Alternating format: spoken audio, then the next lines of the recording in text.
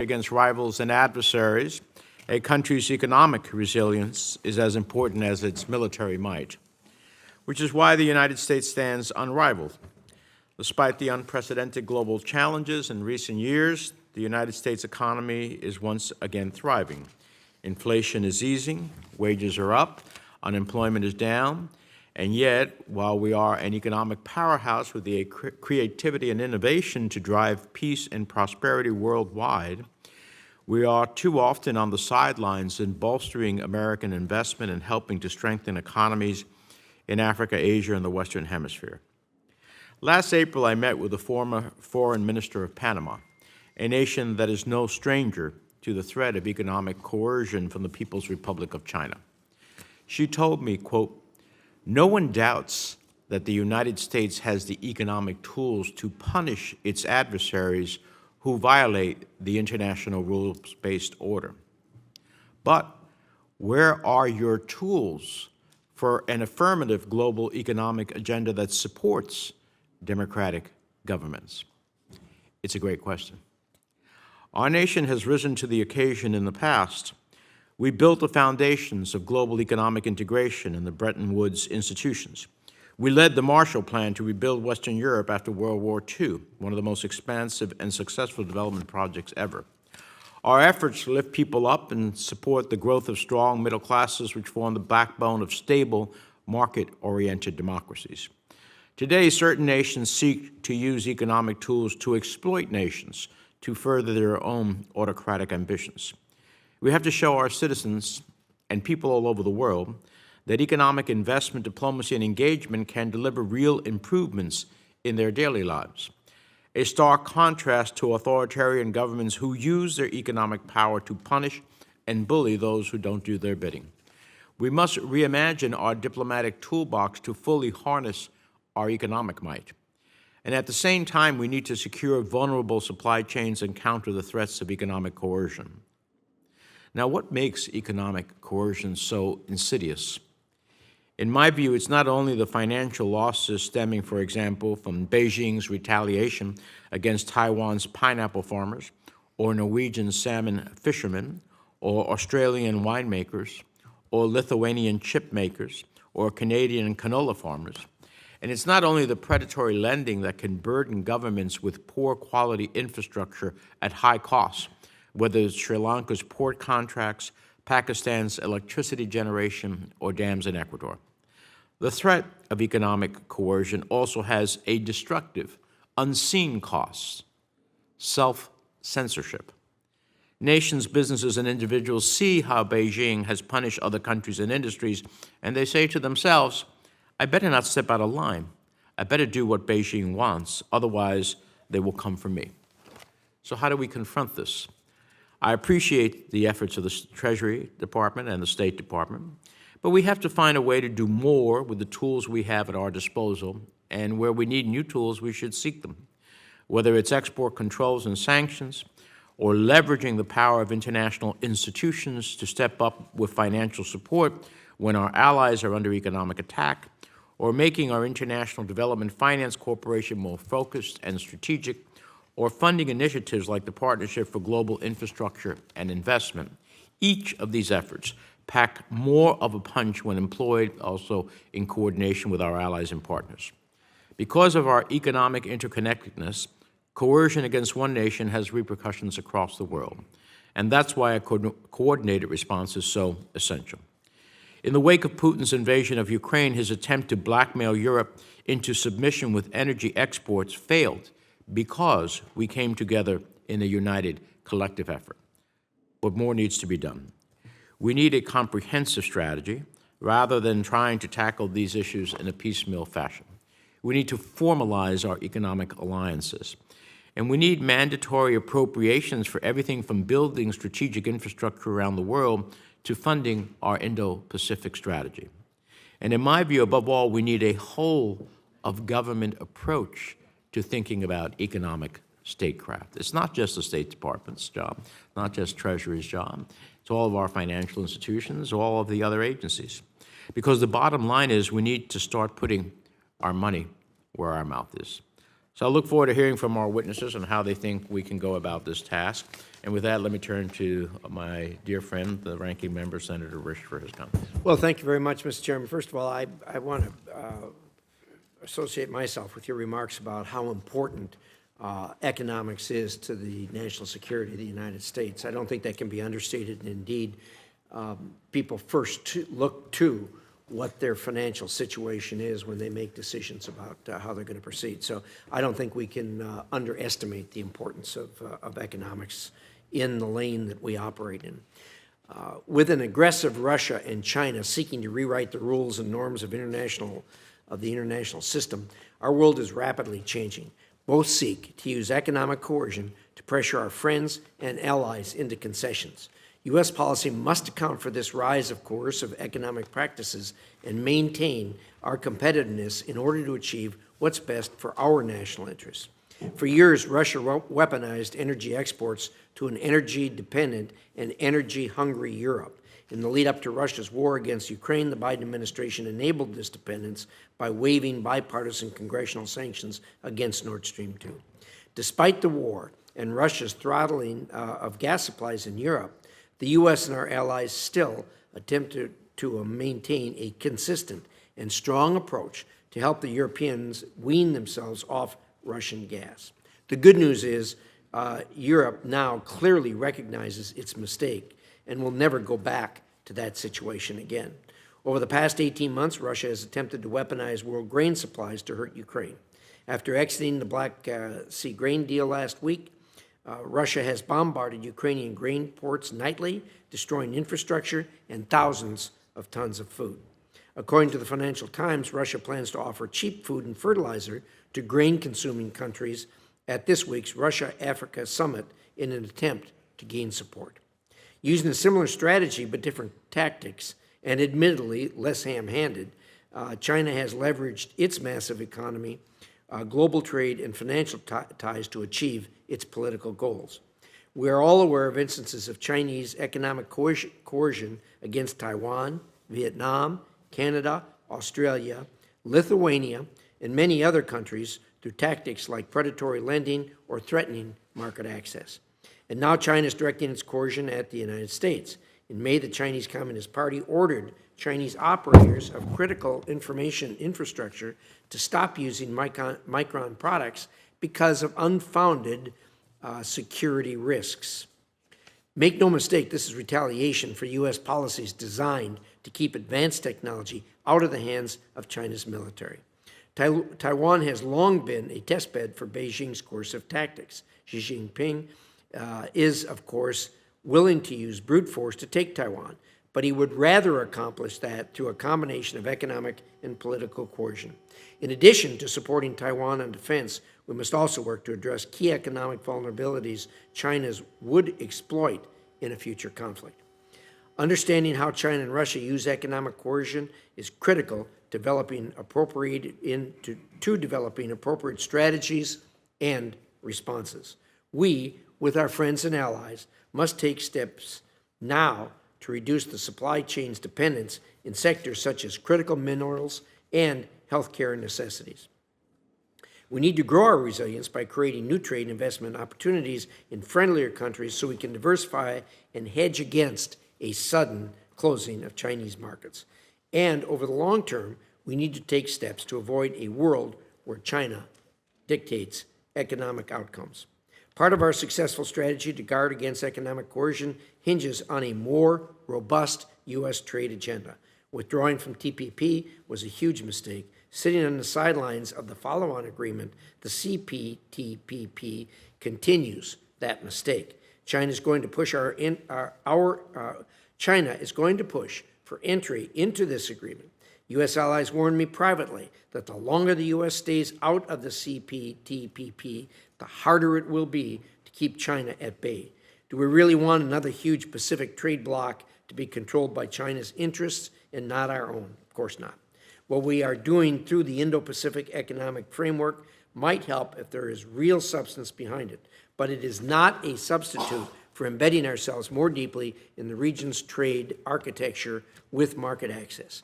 I hope the Biden administration is thinking about that. I would like to enter into the record the letter Senator Cantwell and I wrote to the President on this very issue last year. China is trying to force countries to pick a side. We must give countries a choice to counter these efforts. Sitting on the sidelines doesn't help. With our friends and allies, we have a lot of resources to counter economic coercion. The question is whether we can effectively create the resilient architecture and support networks that deter malign behavior. Do we have the focus and the long-term will to use these tools effectively?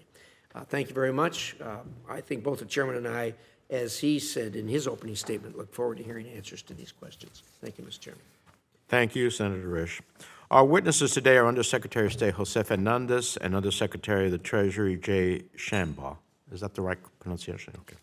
Undersecretary Fernandez was confirmed by the Senate as Undersecretary for Economic Growth, Energy, and the Environment on August 6th of 21. He leads the State Department's bureaus and offices that promote United States policies on climate change, clean energy, health, supply chain security, and other economic priorities.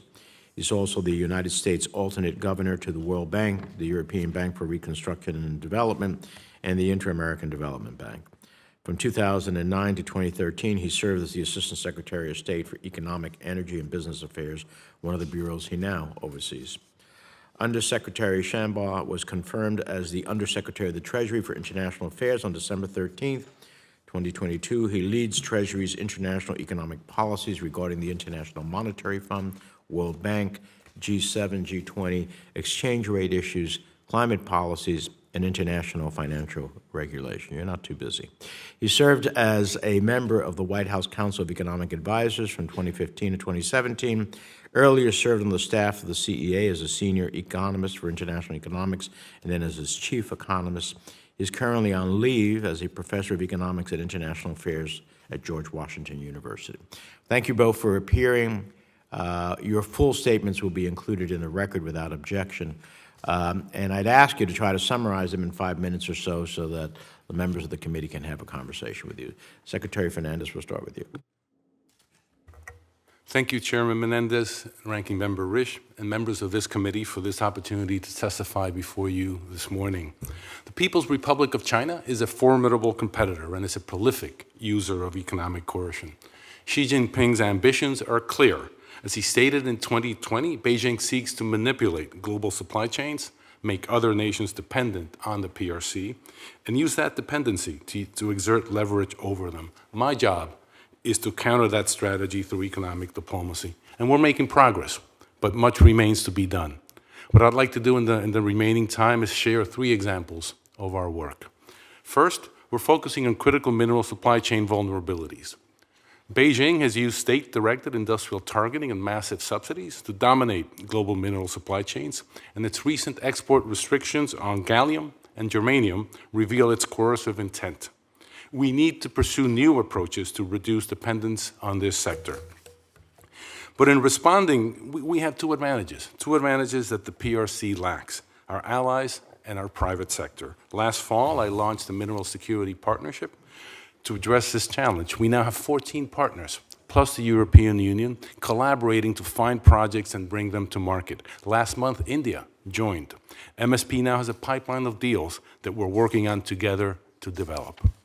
Second, thanks to many of you in this committee, thanks to Congress, we're using the CHIPS and Science Act's International Technology, Security, and Innovation Fund, ITSE for short, to rewire global semiconductor supply chains, providing new American fabs with the international environment that they must have in order to succeed. We're targeting their needs at each step of the value chain, specifically securing minerals for our fabs, coordinating policy with our allies and partners so that we don't face a subsidy race, and expanding downstream capacity so that fabs have options for processing. Combat PRC, Beijing vulnerabilities to threat to following its dictates, as you've both pointed out. Beijing's bullying undermines U.S. national security and the international rules-based order. But we're not standing on the sidelines. Last year, I led the effort to support Lithuania, which faced PRC-based trade retaliation. Taiwan, Beijing, 300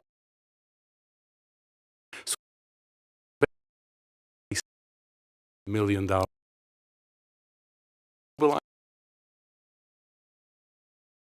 for defense procurement with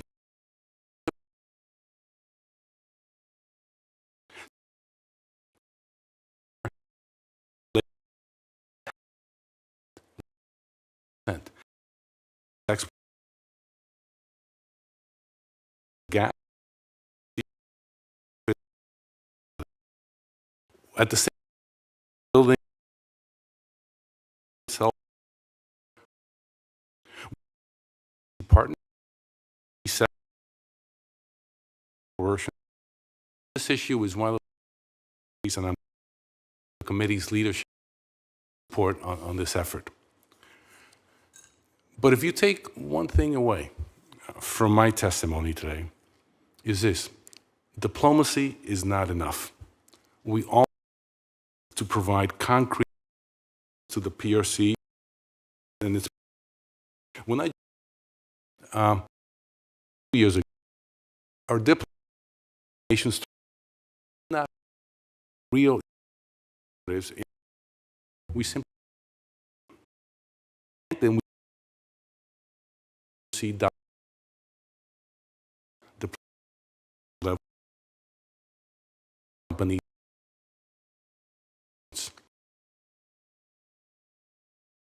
billion to can support or do you Secretary. Thank you. Members, to address and competitiveness. Secretary, a trip focus my engagement. Now, Treasury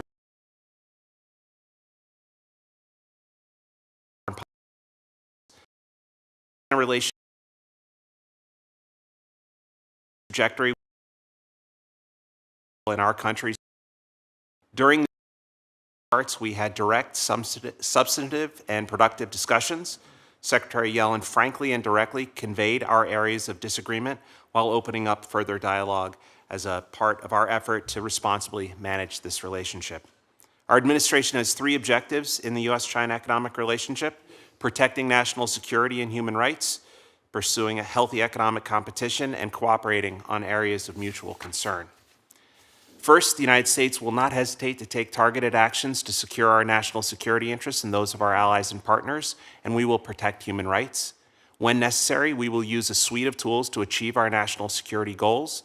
It is our core mission to protect the American people from national security risks while also clearly communicating our position and intent to China to reduce the risk of misunderstanding. Second, we seek a healthy economic relationship with China that fosters growth and innovation in both countries. As Secretary Yellen has said publicly, we do not seek to decouple our economies. That would be disastrous for both nations and, as a practical matter, nearly impossible to do. We seek a fair and healthy economic relationships that benefits both countries and supports American workers and businesses. But healthy economic competition requires that American workers and businesses are able to compete on a level playing field. In Beijing, Secretary Yellen pressed her Chinese counterparts on unfair economic practices that undercut this goal. China continues to use an extensive range of non-market policies and practices, including widespread government support, to gain market share at the expense of foreign competitors on a scope and scale that is simply different from other major advanced economies. These policies and practices have harmed workers and firms in the U.S. and around the world. China has also, in certain cases, exploited its economic power to retaliate against or coerce its trading partners. We often refer to it as economic coercion when a country cuts off supplies of inputs or stops buying goods from a country for political purposes, in particular when it is done in a non-transparent way or as punishment for diplomatic actions. We work frequently with our allies to both address instances of economic coercion or prepare for possible actions. For example, recent G7 meetings have had extensive conversations on the topic. We've also been troubled by recent punitive actions that have been taken against U.S. firms in recent months, and we're closely following recently announced export controls by China on 2 critical minerals. Third, as the world's 2 largest economies, the US and China need to cooperate on the urgent challenges of our day, from climate finance to debt distress. On debt, for example, the international community's concerted engagement with China has yielded some dividends, as we've seen progress with China in certain cases, but much more needs to be done. On climate finance, the US and China co-chaired the G20 Sustainable Finance Working Group, an example of how we can work together on important issues. Let me end on a broader point. Our ability to protect US economic interests depends on our strong and reliable international leadership. This requires us to strengthen, not weaken, our engagement with our allies and partners, particularly low and middle income countries. It also requires us to fulfill our commitment to international financial institutions like the IMF and World Bank, which includes making sure we adequately fund them. Perhaps the most straightforward way to ensure that low-income countries do not become dependent on loans from China or any other actor is to make sure there's a sufficient amount of high standards lending available to them. For example, through the IMF's Poverty Reduction and Growth Trust and Resilience and Sustainability Trust, we can provide an important counterweight to opaque lending. Countries want to work with us. They want to access capital via our markets and via major international financial institutions. They look elsewhere when those options are closed. Thank you, and I look forward to your questions. Well, thank you both. We'll start a series of 5-minute rounds, and I'll recognize myself. And this is really for both of you. In the last 5 years, the PRC employed economic coercion against several of our closest allies and partners. When governments made decisions that the PRC didn't like, Beijing pursued, as the Secretary mentioned, an embargo on Lithuania. It levied tariffs and trade restrictions on Australian agricultural products, coal, beef, and timber. It imposed trade restrictions on Canadian products and even jailed 2 Canadian citizens, and the list goes on. The People's Republic of China has also made efforts to intimidate and coerce the private sector, even threatening American companies if they didn't lobby against legislation in the United States that Congress was promoting and that Beijing didn't like. This is something that always drives me crazy, is when I have business people come and talk to me, and basically they are espousing the views of another country. As I said to one of these business leaders, that's rather un-American. Given the gravity of these challenges, I would ask that you both clearly define the scope of the PRC economic coercion and the specific tactics that Beijing employs.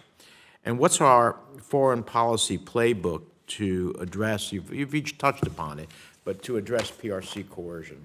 I know that this is, what we're discussing is a broad policy, but the People's Republic of China is probably the biggest entity that uses economic coercion in a way that is really consequential to foreign policy and national interests.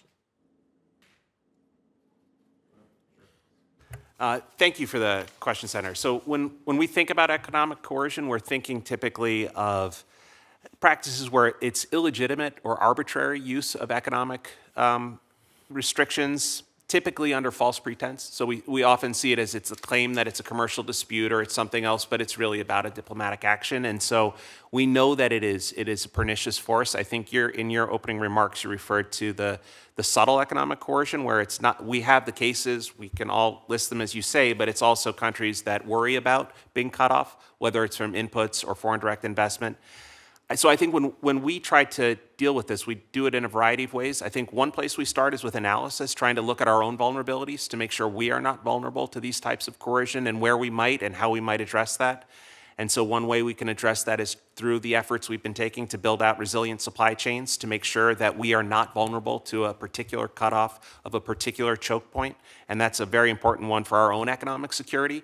But it also means, as long as we're building out diversified supply chains, that works for the rest of the world as well, to make sure that there are options outside of 100% dependency on China for a particular choke point of an input. I think we also do a lot of coordination. So as I mentioned, the G7 has taken up this issue quite strongly this year and tried to work through how we might coordinate in potential actions against one of us, but also, to your point earlier about your conversation with the minister from Panama, how we can help our friends, which I think is crucial. And so I think we have also taken it up with what's referred to the 5 finance ministers, the finance ministers that are from the Five Eyes countries where we can share intelligence, and that lets us have these conversations in a more detailed way, where we can do so using intelligence products as well. And so this is something Treasury takes incredibly seriously. We know it is a risk both to our ability to engage in foreign policy because they can threaten our friends, but also it can be a threat to our economy. And so we're working on it quite actively. I want to hear from Secretary Fernandez, but while I have you, Sure. you know, one of the concerns I have is that we don't necessarily, from my perspective, use our vote, our voice and our vote at some of these international financial institutions in a way that I think is important. We saw the COVID pandemic and Russia's war of aggression against Ukraine exacerbate debt crises and create more unsustainable debt for low-income nations, with many of them turning to the IMF as the lender of last resort. Ghana, Sri Lanka, Pakistan were just some, but also here in our hemisphere, we have countries who are coming out of the post-pandemic era and with others challenges, and we're not looking, I'm not an advocate of forgiveness, at least it depends on the nation, but I am an advocate, of course, of a smoothing out period of time so these people can get through it. But many of these nations, including those that are aligned with us in values and our democracies, say, but you leave us hanging. You're not an advocate of a smoothing out process so that I can meet my obligation but do it in a way that doesn't create civil unrest in my country. I think about the Dominican Republic as an example, who has problems with Haiti next door, who is aligned with us in terms of democratic values, but they're in the midst of a vice with the IMF. I would hope that I think Treasury has a very important role to play here, and it needs, from my perspective, needs to be more robust. Let me give Secretary Fernandez an opportunity to address the question, then I'll turn to Senator Risch. Thank you, Mr. Chairman. We would define economic coercion as when a country weaponizes the economic vulnerabilities of the target in order to punish it for the exercise of its sovereignty. As you noted, we've seen it certainly for the last 10, 12 years, starting with Korea, and the last one was Lithuania. All of these actions have 3 things in common, I would say. Number one, they take advantage of a vulnerability, of an economic dependency. Secondly, they are opaque. It's not as if the PRC says we are going to impose coercion on you. They use phytosanitary reasons.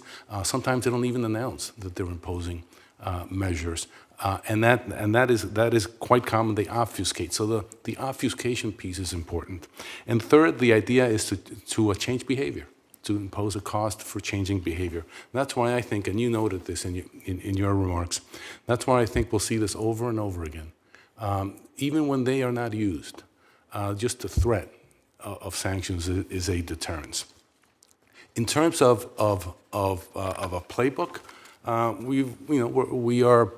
we've put one together.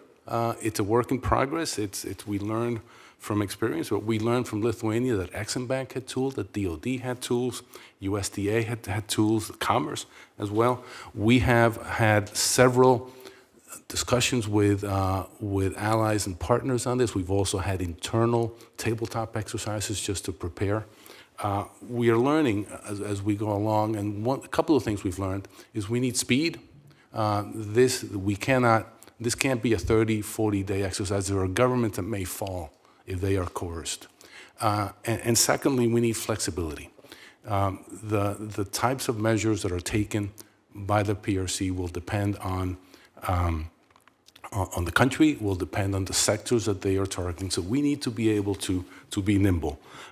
Something we've identified, for example, is what happens if you have agricultural goods that may be perishable, bananas on a dock waiting for permits. So all of these are items that we would very much welcome working with your staff and everyone else's to make sure that we've got the tools. But this is something we are putting a lot of effort into together with our colleagues at Treasury and together with the G7. Well, I appreciate that. Let me just make an observation. I very much hope that what we can do is have a whole of government approach that is planned versus simply reactive. And of course, one cannot foresee every possibility, but one can have a pretty good idea of what the PRC does in broad bases. And so if we had a comprehensive all-of-government approach plan, you mentioned several entities, not just Treasury and State, but Commerce and our international financial institutions as well as our development institutions, that needs a cohesive all-of-government approach. And I'm glad you mentioned nimbleness, because I have tried sometimes to intercede with the administration when a country is really on the ropes, but they are aligned with us in values. And if we were on the basketball court, we would be losing really badly because we are far from nimble. I understand the interagency process, but that can be a death knell at the end of the day. So, Senator Risch. Thank you, Mr. Chairman. Just let me say I couldn't agree with the whole government approach more. We do get way too much piecemeal as we try to solve these problems. I made reference to a letter that Senator Cantwell and I sent to the administration on May 19th, 2022. I'd like to include that in the record on this same subject. Obviously, our place on the West Coast is very vulnerable to what happens in the Indo-Pacific, and this letter addresses that. So I'd like to put that in the record, please, Mr. Chair. First of all, this is a question for each of you, and this is an issue that I know the chairman's interested in too. Other members of Congress have been, and so far we're working on it, but we're running into issues, and that is the fact that most people in America don't understand that we have hundreds of thousands of U.S. or of Chinese nationals studying in our universities and colleges. In addition to that, China has pumped billions of dollars and continues into our universities and colleges, and this type of input gives them access to U.S. technology, both on developing technology and really on the ground floor of some of these things. And it causes us great concern. Look, we don't allow foreign countries, especially China, to contribute to our people who are running for political office, and there's a reason we don't. We don't want them to have the influence that money brings. And we've been trying to do the same thing with the colleges and universities. It's difficult. We're getting at least some transparency on this, but it needs a better handle than what it has. This ties right in with their ability to get into our economic institutions. So I'd like each of you to tell me what your thoughts on this might be, briefly, please. Secretary, starting with you. Thank you. I understand that concern. This is a little bit outside of my bailiwick at State, but I will say we have almost 300,000 Chinese students at any one time in the U.S. I would say we have in China we have under 2,000. Yeah, it's a handful. It's even less. And the Chinese students over here, I'm told, are not studying ancient Greek history. They're no, they tend to study STEM science and STEM subjects. But let's also understand that 80% or so of the engineering students, of the science and technology students, stay in the U.S. and they become part of the economy. So this is a complex subject. This is one that I think we have to be clear-eyed about. And on one hand, our universities benefit from this kind of exchange. On the other hand, we have to be clear-eyed on the danger. And this is something that we would welcome a much longer conversation on it. I have had, at the State Department, I have had Asian American groups come and talk to us about this issue. So this is one that we would welcome a conversation on. Thank you. Senator, I'd just say I very much understand the concerns there. I'd say I agree with you, and here, less from my role at Treasury than prior to Treasury, I was a professor, and that I agree there's been progress on transparency and funding, and I think I agree that's really important to make sure that there aren't groups that are funding things tilting viewpoints in ways that run counter to our interests in a non-transparent way. So I agree with you there. I would agree with Undersecretary Fernandez that the people-to-people contact can be helpful to us also. I think it is actually useful for us to have Chinese people seeing what America is about. I think that is actually quite productive for us. I think the concerns around technology are very valid and ones that my understanding is that there is work to think through how one has to safeguard technologies, because I think that's a serious concern. Thank you. Secretary, you mentioned the critical minerals issue, which I think most everyone is coming to the realization that we have real issues in that regard, both as it relates to China and as it relates to Russia. You've probably seen the information in open source about the actions that Brazil is taking regarding lithium and the other South American countries. And of course, their connections with China seem to be growing. What are your thoughts on that? This is a perfect example of why we need to get more involved and why we've created the Mineral Security Partnership, 14 countries plus the EU, to work on a number of things: share information, invest and finance, work on recycling, and also make sure that our calling card is ESG principles. We actually have worked on a number of critical mineral projects in Brazil. A couple of them have gone forward. We've got to do more. And I think what we are doing now is we have a dialogue with Brazil. We have technical assistance that we provide to Brazil.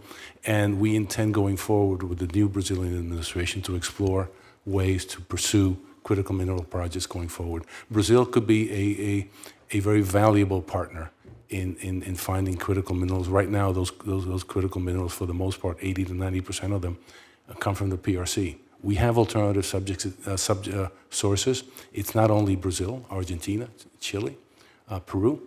We've got to do more in this hemisphere. Well, time's up. Thank you, Mr. Chairman. Senator Van Hollen.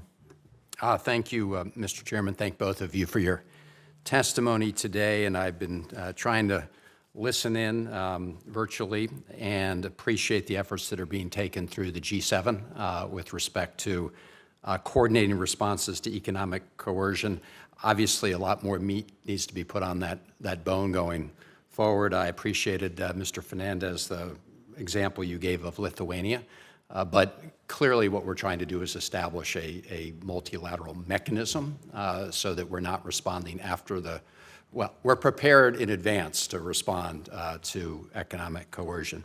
Mr. Shambaugh, let me ask you about the U.S. role in international financial institutions, because we've all witnessed China's engagement in many other countries that leads to debt traps.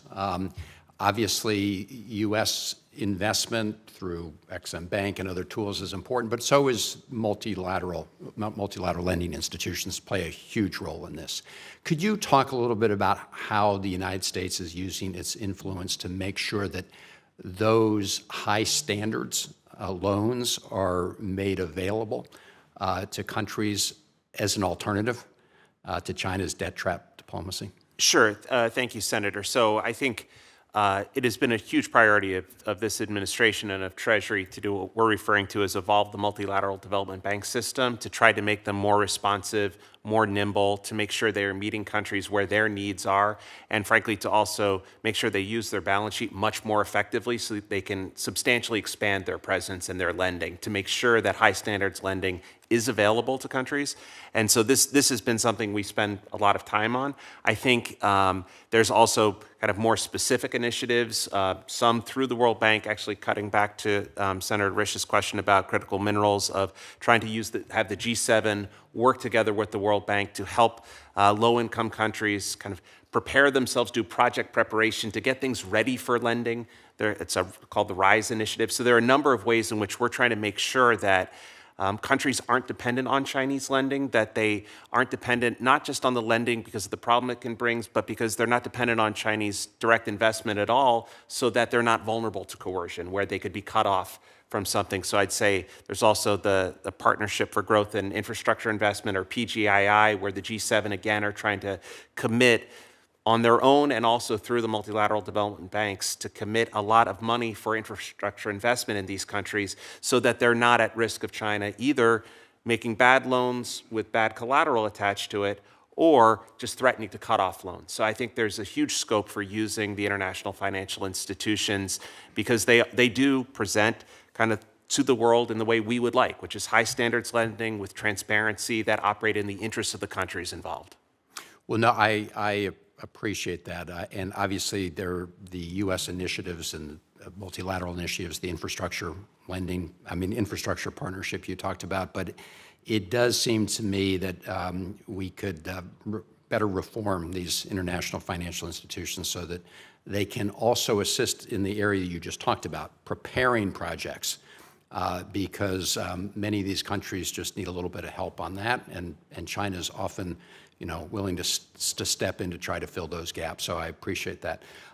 We've all seen how China, through a concerted strategy for over 15, 20 years, sought to dominate the critical minerals business, not just extraction, but very importantly, the processing piece of it, and then processing the critical minerals, and then trying to dominate the electric battery industry. Could you talk, Mr. Shambaugh, about the importance of the provisions in the Inflation Reduction Act in combating that whole effort, China's effort to corner the market entirely when it comes to electric batteries and critical minerals processing?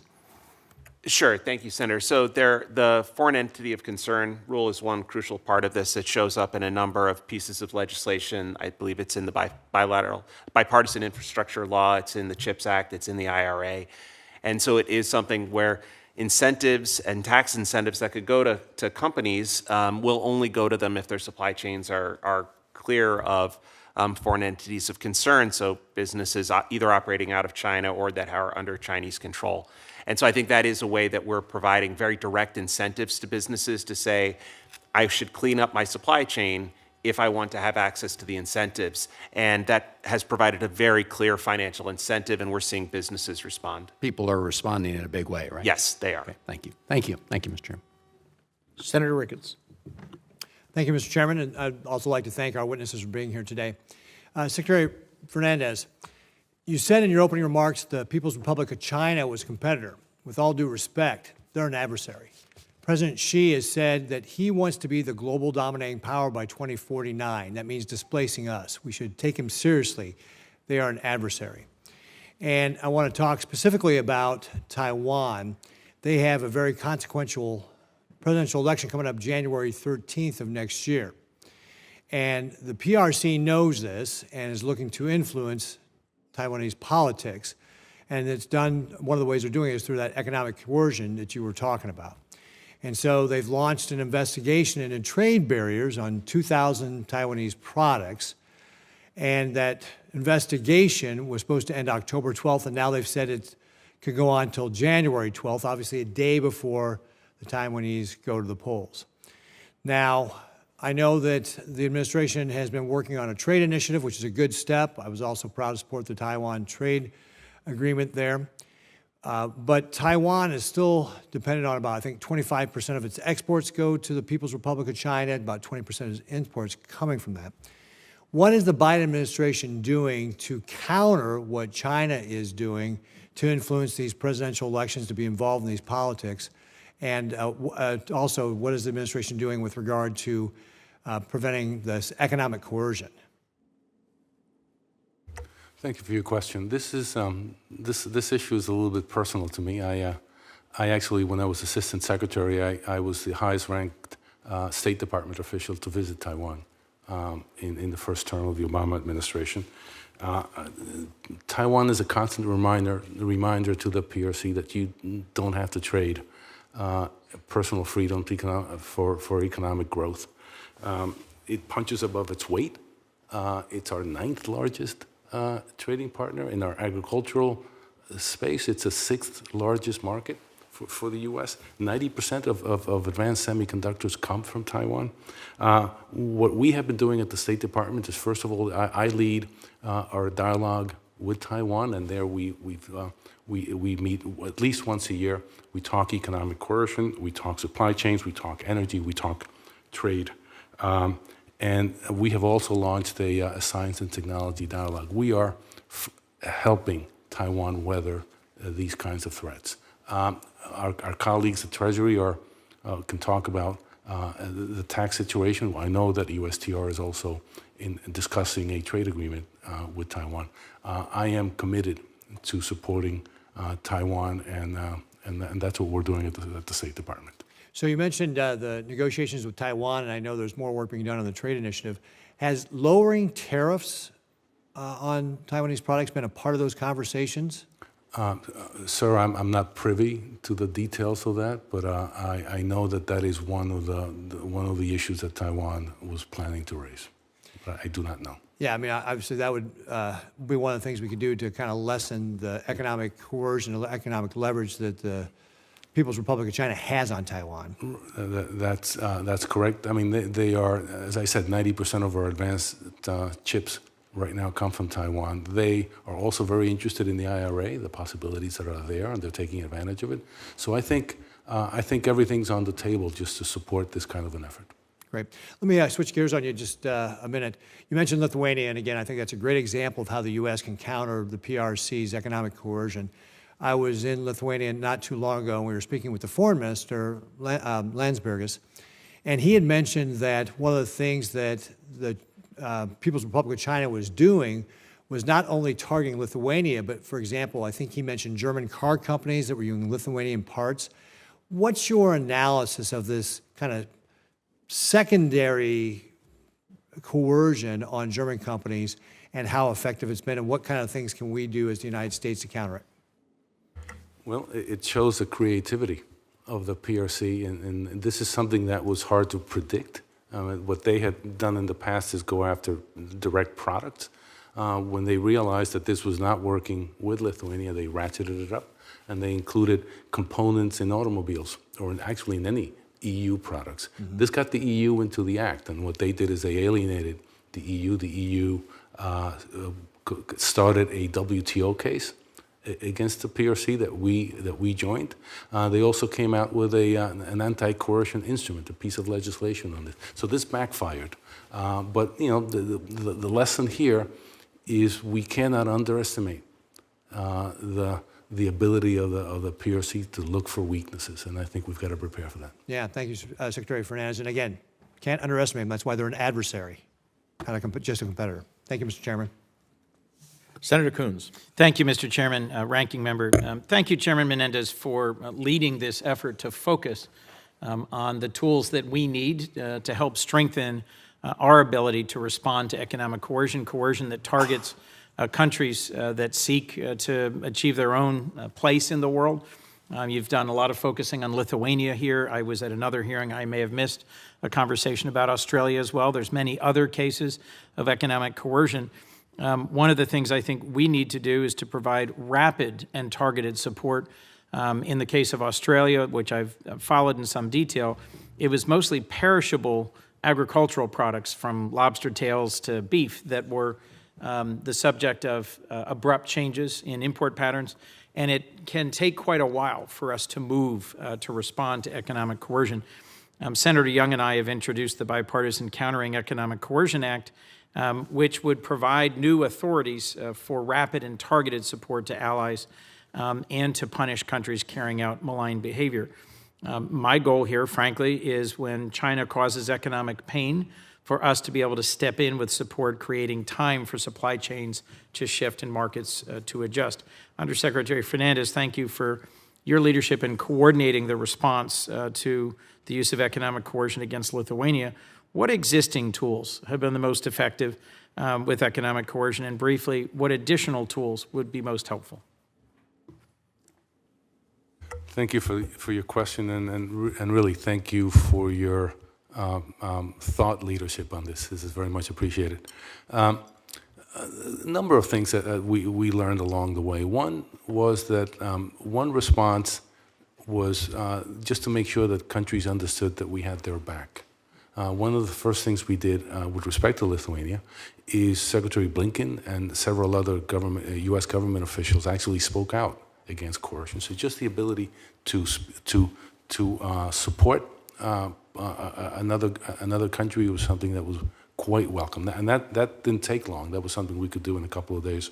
I do agree with you that flexibility and speed are important. And I think we have discussed it with your staff as well. We have tools. You've given us a number of tools, and some of them actually we discovered along the way. Exim, DOD, Commerce, USDA, and others. The issue of perishable goods is one that I noted earlier. I think that bears some discussion. That is one that's been was used by the PRC with respect to Australia. So lessons, speed, flexibility, political support. We've also put together an economics, our economists and an economics vulnerability study that we can use to try and see what the PRC is targeting, realizing that they're always going to throw us a curveball.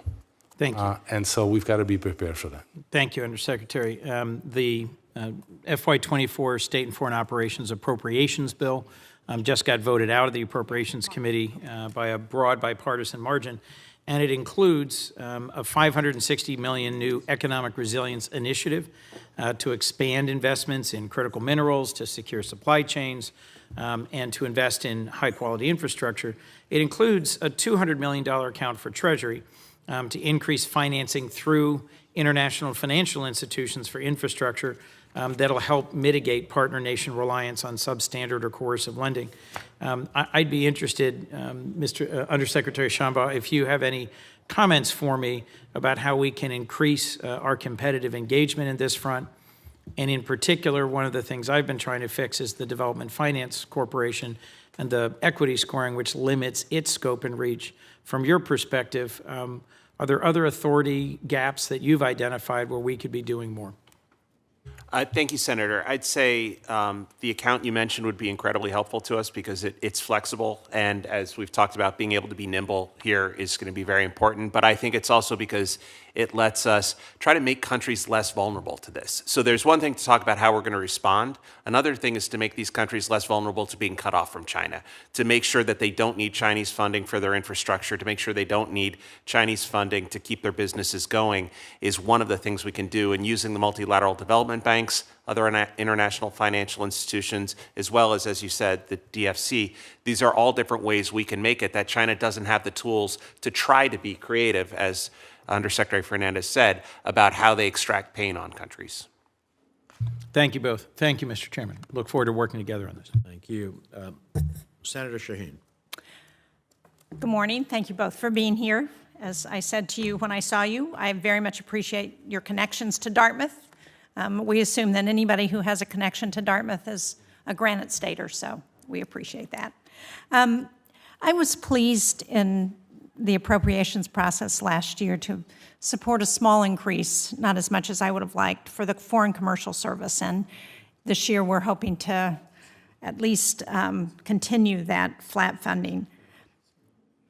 As a former governor who took trade missions overseas, I can tell you that I found the Foreign Commercial Service really helpful in terms of working with our businesses to improve economic activity and trade. How do you all work with the Foreign Commercial Service since the Department of Commerce isn't represented here this morning? And what's particularly effective in the work that you all do? I could just say one place we definitely see their work at Treasury is through our engagement with the multilateral development banks, where having Foreign Commercial Service team members working inside those executive directors' offices at every MDB is one way that we're able to make sure U.S. firms can bid on things coming out of the MDBs.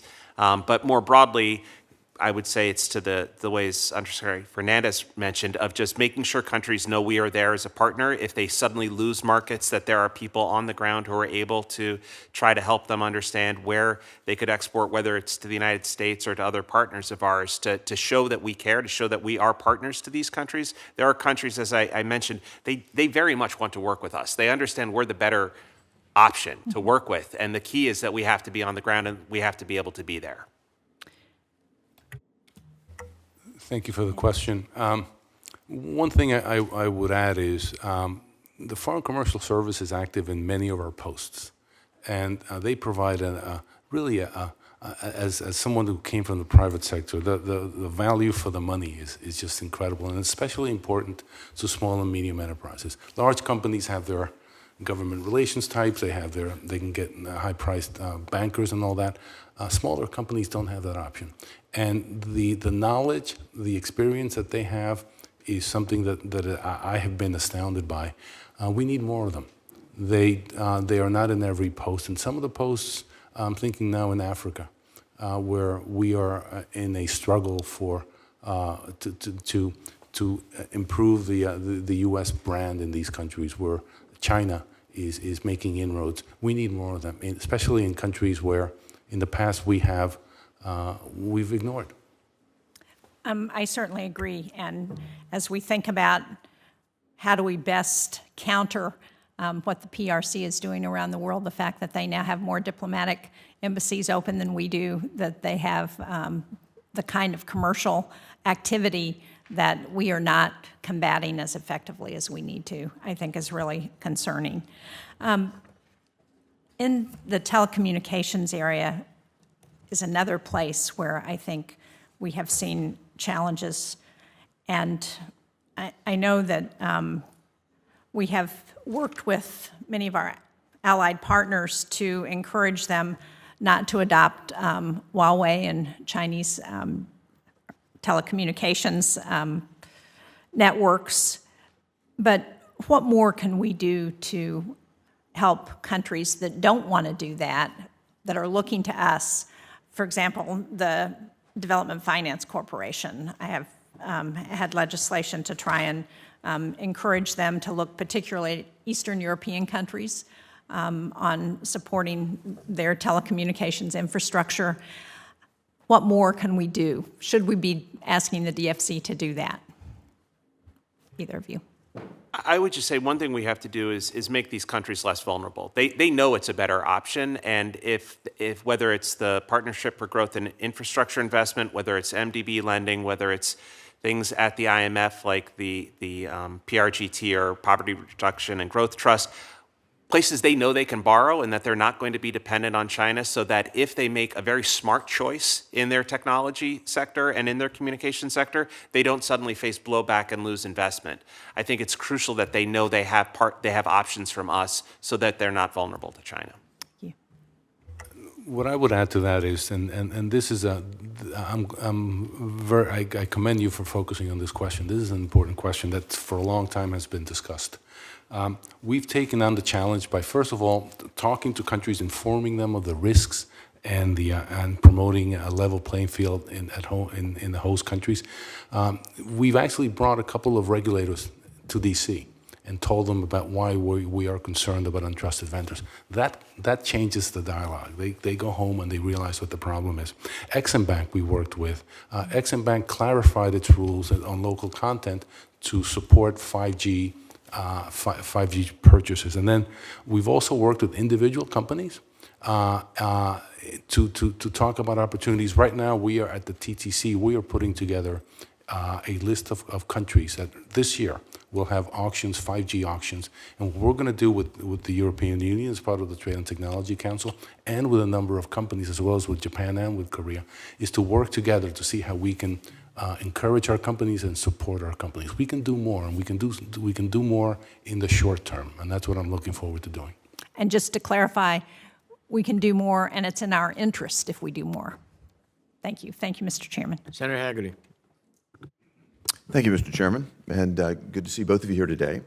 Undersecretary Fernandez, I'd like to start with you, if I might, and share with you an experience that I've had. I think we let your team know that I would be checking in with you on this, but this has to do with something I experienced when I was serving as U.S. Ambassador to Japan in the region. It came to my attention that a deepwater shipyard, the Hanjin shipyard at Subic Bay, was under bankruptcy. And as I read about it, the two bidders in the bankruptcy process were both Chinese names. I had my team check into it, both CCP-affiliated bidders for this deepwater shipyard in a very strategic location in the South China Sea. That evening, I called up the Secretary of the Navy, and I asked him if he wanted to be the secretary that got Subic Bay back for America, because I'd lived in the region when we lost it, Or was he going to be the one that allowed it to go to the Chinese Communist Party? He said, I'll do whatever we need to do. There was no existing infrastructure to deal with this. We had to be very creative, but working together with our State Department, of course, Japan, and the Philippines. And we had to go all the way to Duterte to get this addressed. A long story, we were able to go in and deal with this. But what concerned me is that our existing government structures aren't in a posture to be forward-leaning on these types of things. They weren't even tracking this sort of activity, and we really had to scramble, again, with multiple countries, with a private sector partner in Cerberus Capital. I had to reach out to a former Vice President of the United States, Vice President Quayle, to get help with it. I mean, there were a lot of levers that it took, and it eventually, after a long period of time, we were eventually able to bring that strategic asset back, away from the control of the CCP and back into friendly hands. I wanted to find out your perspective, Undersecretary, and what we might have learned from that, and are there opportunities to be more forward-leaning to address these sorts of either opportunities or challenges, depending on how you perceive it? Thank you for your question, and really thank you for reaching out on this. This is exactly the kind of cooperation that we're looking for. Look, we've talked about it already. Countries are looking for alternatives. We can hector them, we can talk about values, but at the end of the day, we must be able to provide some funding. We are working with the DFC on a number of items. We sit on the DFC board at the State Department, streamlining their decision process. Sometimes, they're using American taxpayer dollars, so they have to be careful, but there's a way to streamline it. They are looking at also some of their restrictions and the types of countries that they could invest in, upper middle income countries. And there are some countries that qualify as UMIC countries, and that's because they have a very wealthy capital, and yet the countryside is quite poor. Those kinds of issues. Yeah. I was with the chairman in Uruguay. We had exactly this issue that came up as we spoke with their president, who wants to do business with the United States, but our tool set is limited because we've been fairly prescriptive in terms of how it goes. So I just encourage you to find ways. And Senator, if I may, that's one of the reasons why we have put together a budget request that provides for $6 billion over 5 years. And long-term funding is important. As you know, you just don't go in once. You've got to have a long-term commitment to some of these projects. And one of the items in that budget request is an infrastructure fund for strategic investors, investments that may not necessarily be commercial investments, but they are strategic and they have to be targeted, as well as a DFC equity fund that will allow the DFC to provide equity, not only debt, on some of these projects. I appreciate you continuing to look into that creatively. Senator Kaine was on that trip with me as well, and I think we saw a real open need there. I'd like to turn to another issue that I think troubles a number of us, and that has to do with a GAO report that explained that CCP, state-owned companies, are participating in funding from the World Bank to do development projects from the World Bank. And during the period 2013 to 2022, the CCP secured roughly 30% of all World Bank funding. I've got a report here from the GAO, and Mr. Chair, I'd like to submit it for the record, if I might. China uses these funds to enmesh itself into local economies, to gain favor, and to gain advantage. These projects can complement their Belt and Road Initiative. Funds are fungible.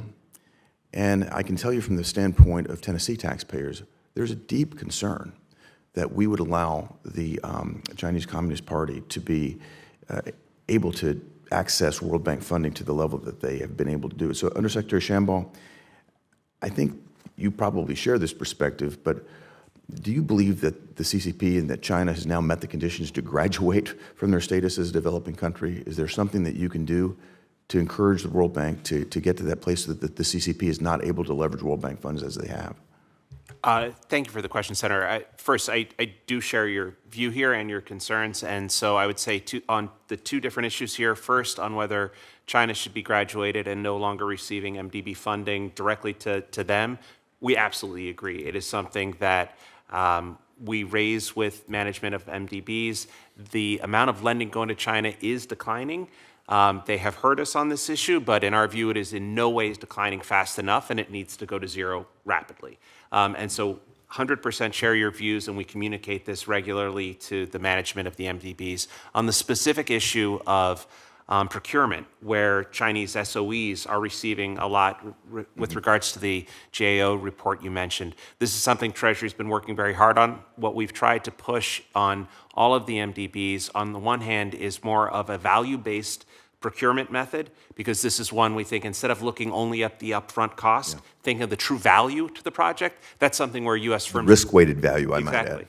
The U.S. firms, European firms do really well on these metrics, and if the MDBs use those type of scoring, you'd see a shift here. We also try very hard, and this goes to having commerce employees in every MDB office, to make sure they can let U.S. firms know where there are projects so that U.S. firms are bidding, because I think that same report shows that when U.S. firms are bidding, they win quite often. They win 70% of the contracts they bid on. So we need to do more to get our firms in the game, and we need to change the way the game is being scored to make sure that it actually does bring value to these countries, gets actual value out of the MDB funding, and gets it done in a way that matches our values better. I think the opportunity is squarely in front of us. We checked with the former executive director of the World Bank.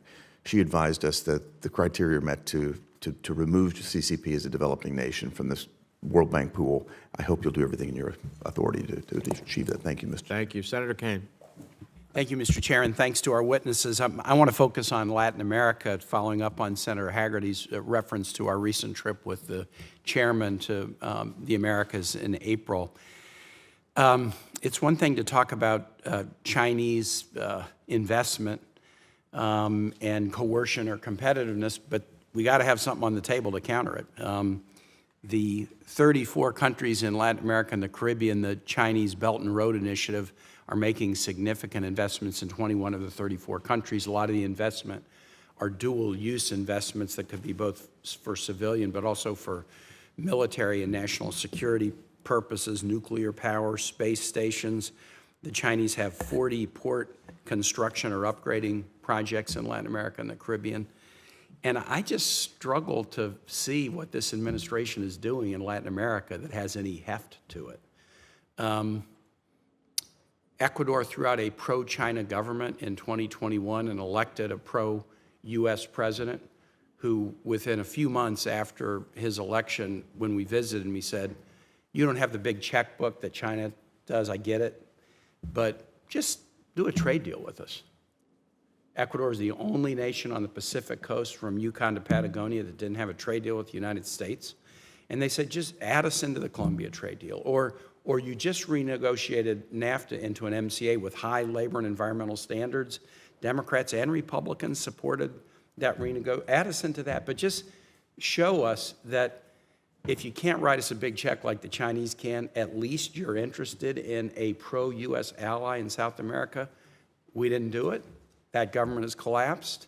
It is likely to go back to a pro-China government in the elections that would happen between now and the end of the year.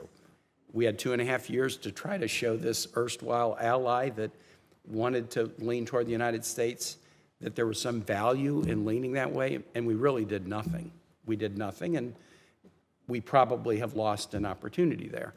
Uruguay, a nation that's been a strong ally of the United States, had to practically beg to get the president, when he was in the United States, to have a few minutes with President Biden in the Oval Office.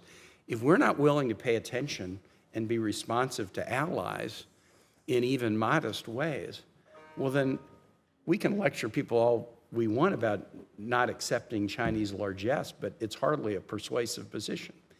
I've had meetings with the U.S. trade rep asking about, what about trade deals in the Americas? And I get told that politically they're a bad idea. And my response was, well, wait a minute, you're the trade rep. Let me worry about politics. I'm the elected official. You're the trade rep. Why aren't we exploring trade? And so what we're doing in the Americas is APEP. The president announced America's Partnership for Economic Prosperity in June of 2022. That was 13 months ago. We've received in my office, I'm chairman of the Americas Subcommittee here, a list of countries participating, an initial concept note, but now we're being told that the administration is pivoting APEP to a new revamped approach. We've gotten no information on the approach, No firm agreements have come out of APEC, no multilateral work on specific issues, no announced partnerships. To compare, the President also announced the Indo-Pacific Economic Framework in May of 22, 1 month before APEC. And on that framework, we've seen multiple rounds of talks. The administration has launched a workforce development partnership, and recently the countries signed an initial agreement on a supply chain pillar, which I think can be very helpful. Why are we not, in our own neighborhood, investing more with nations that are our allies and want to deepen the relationship, and allowing China to just run roughshod? Thank you for your question. I want to thank him for the question, too. Yeah. Because I echo all of his sentiments, and I'm thrilled that there is a colleague other than me who cares about Latin America. I know Senator Hagerty does as well. And I care too a lot, sir. So I've spent a lifetime working on Latin America. Look, I'll let USTR deal with the trade issue. We've done a number of things that I'm very happy we've been able to accomplish with Ecuador. We're working now on a port at PGII.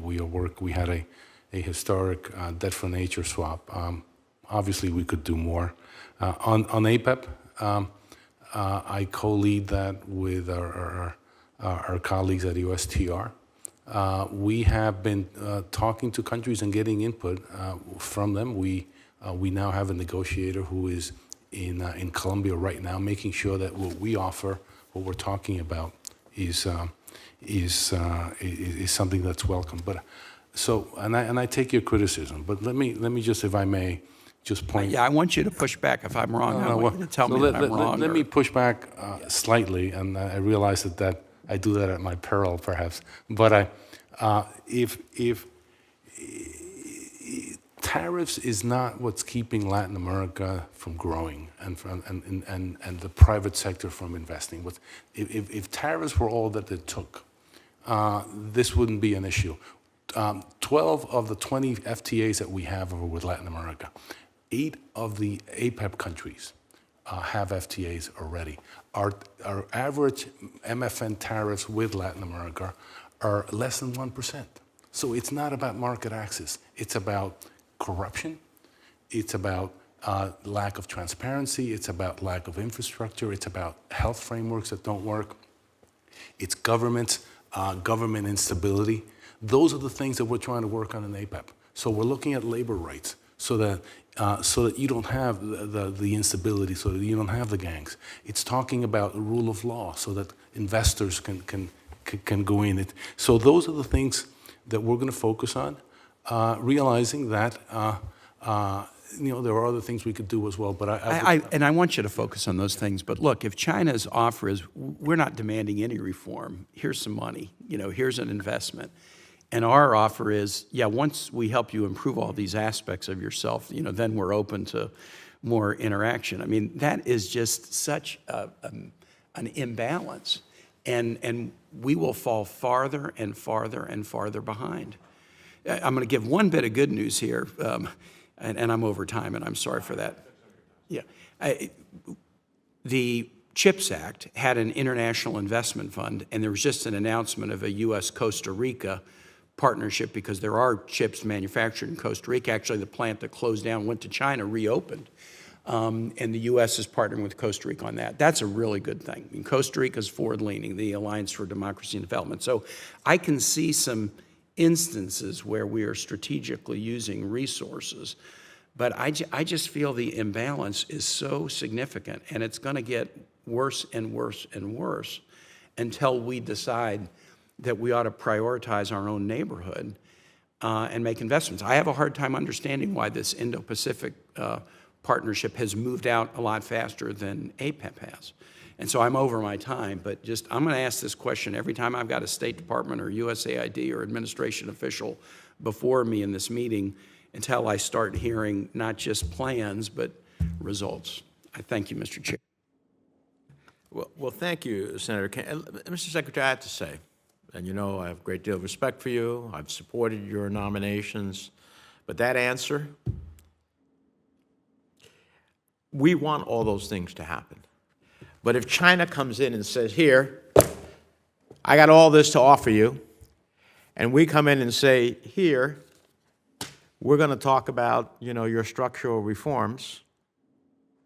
I don't know what world in which we're living in, but the world in which I've served in public life for 50 years tells me that if I'm really in tough times, this is going to be a lot more appealing to me than this.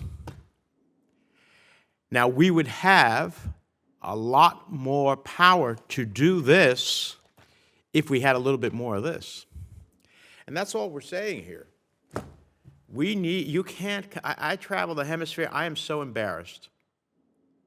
Because I can't, when I meet these heads of states, I can't tell them that they're wrong. I can tell them, look, you got a problem with corruption, you got a problem with your economy in terms of how you're conducting it, whether it's command or control, whatever it is. But I can't honestly look at them in the face and say, you have all of these challenges, some of which are inherited, particularly by Democratic-leaning presidents, Lasso in Ecuador, President of Uruguay, others, and say, we want you to share our values, but, all we have for you is this. That's just not going to work.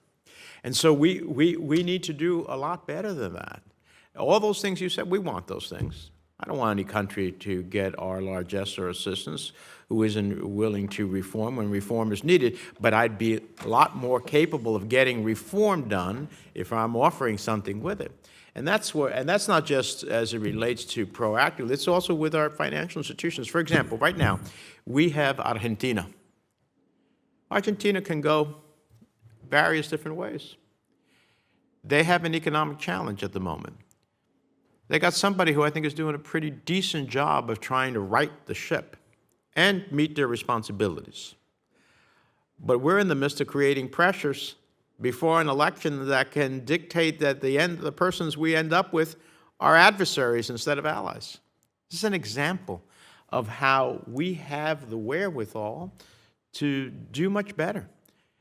And so I commend it to Treasury. I spoke to Undersecretary Adeyemo. I mean, this is one example of many that we can be doing. Senator Young. Thank you, Chairman. I want to thank our witnesses for being here. Such an important hearing.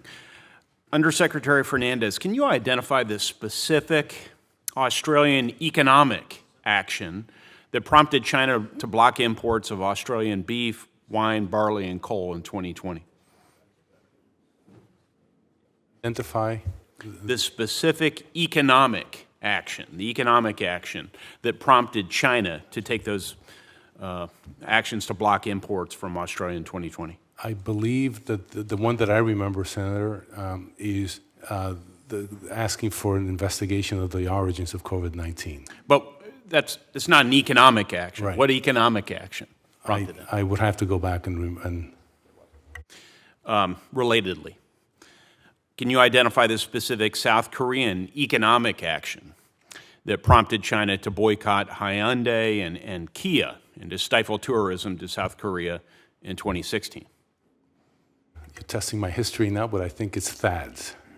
Yeah, okay. Also not economic in nature. And so, I mean, that's my point. I'm not playing a game here. I'm trying to illustrate through these cases that Chinese economic coercion is not about economics. It is about weaponizing economic interdependence in furtherance of geopolitical aims, right? Geopolitics through other means. It's a policy to systematically deter, where possible, governments from exercising the full scope of their sovereignty. It's an assault on the liberal order, more broadly, by a state authoritarian government bent on shaping the 21st century to its ends.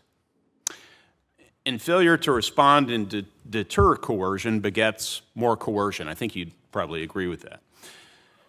We must see Beijing's actions not in isolation, but as part of a larger plan. Undersecretary Fernandez, as you noted, your office leads the department's efforts to understand and develop responses to economic coercion, like those cases I mentioned. How have you specifically utilized the frontline experiences and input of our State Department's diplomats in developing our department's tools to counter economic coercion, especially in countries that have recently experienced coercion? Thank you for your question. This has been one of my priorities, Senator, building on Lithuania, but also looking back on the history at how we put together a toolbox in order to address it going forward. Because, as you well point out, it's going to happen again. Have you sought the input of frontline diplomats as you focused on that? Of course, I've been in a number of the countries you mentioned. Yes, sir. As well as in Lithuania. We've had several consultations with allies and partners in the G7 and in other countries as well to see what they have so that we can coordinate, because speed and coordination is important. We've had tabletop exercises internally in our own interagency. Yeah. 15 agencies. We are spending, and we will continue to do this, we are spending a lot of time talking to both our allies and partners as well as some of the victims. Well, I think that's really important. My time's very limited here. Those consultations, because this is a hydra-headed threat, and it continues to evolve.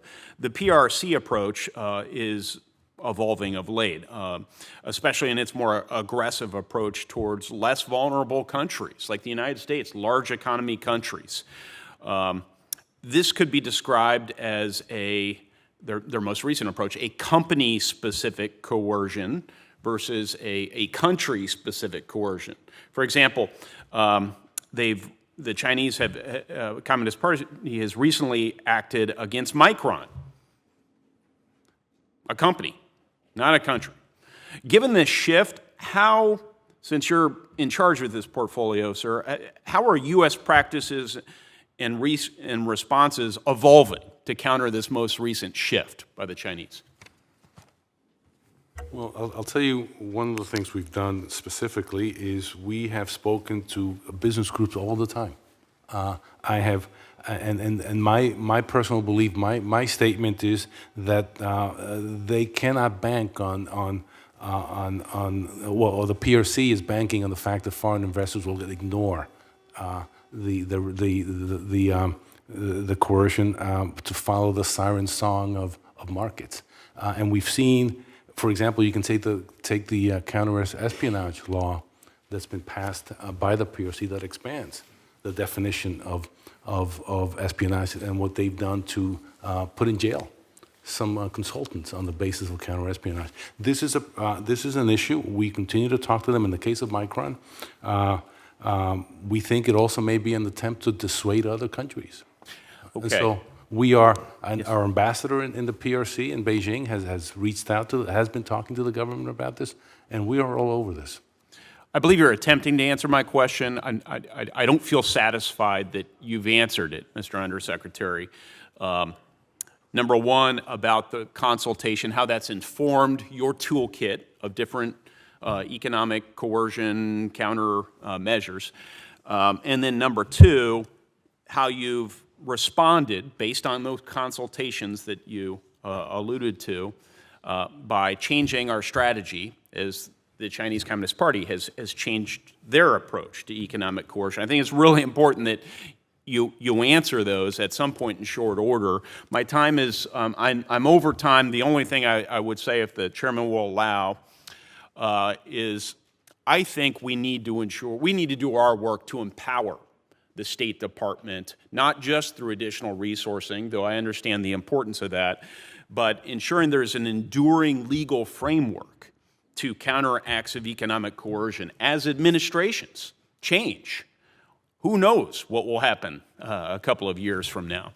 The bill that Senator Coons and I have put forward remains the only working piece of legislation that this body has before it on countering economic coercion, and we hope to involve the chairman and ranking member in working across the committee, either through that legislative effort or another, in fairly short order to empower the State Department to ensure this is an enduring and transparent effort. Thank you so much, Chairman. Just briefly, I very much appreciate your comments.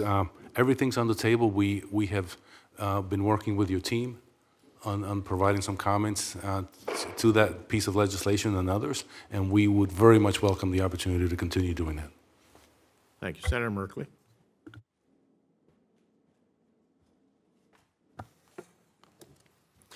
Thank you all for joining us. Thank you, Mr. Chairman.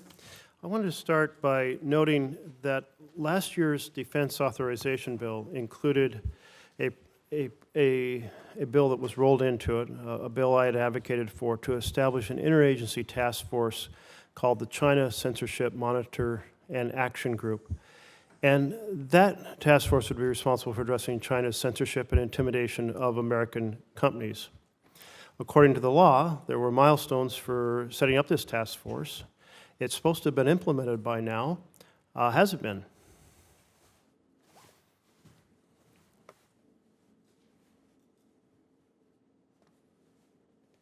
Thank you, Senator.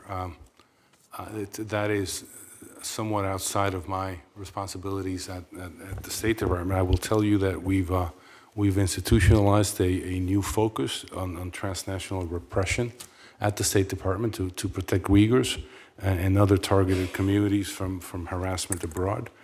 Some of the things we've done is we've issued visa restrictions against PRC nationals involved in transnational repression. That's I can go back and get further information on this. Yeah, I do so appreciate the work on transnational repression, because I'm really championing a massive increase in our effort. Freedom of speech is not freedom of speech if people are threatening to harm those you love abroad, if you exercise your right to share opinions.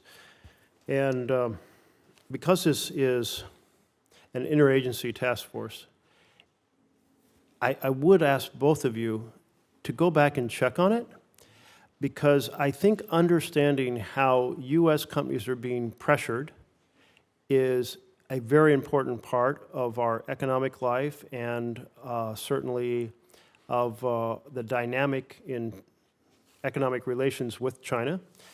And now we have Congress saying you have a responsibility to set up and focus on this and share ideas between the agencies.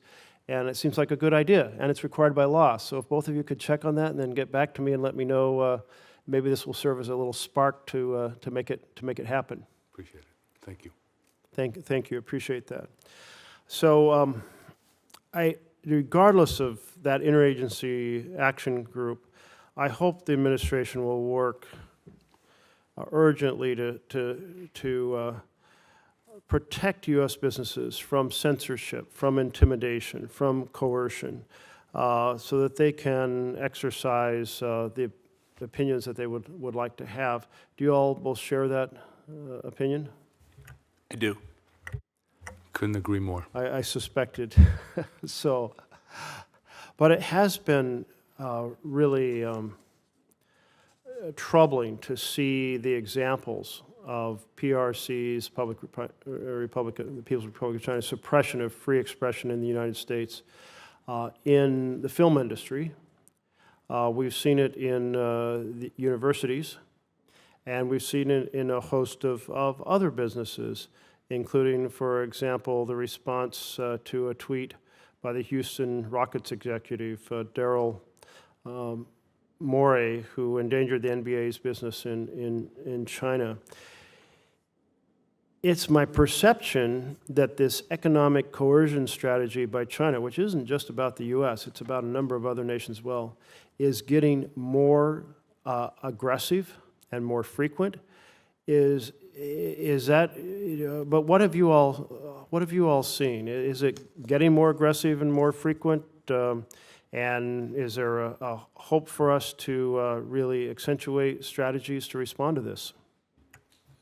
Senator, I would agree that, yes, it seems to be more frequent and more aggressive. I do think I would echo one thing that Undersecretary Fernandez said before, though, which is, in many cases, I think it's starting to backfire. I think when it was an isolated incident, it was easy enough for either a country or a company to say, well, that's over there and I'm safe where I am. But the greater the frequency, more people look and recognize what the risks are. I think it's why you see more businesses try to set up their supply chains in ways that they could pivot if they need to very quickly. It's why you see countries talk to each other about how they would deal with these issues.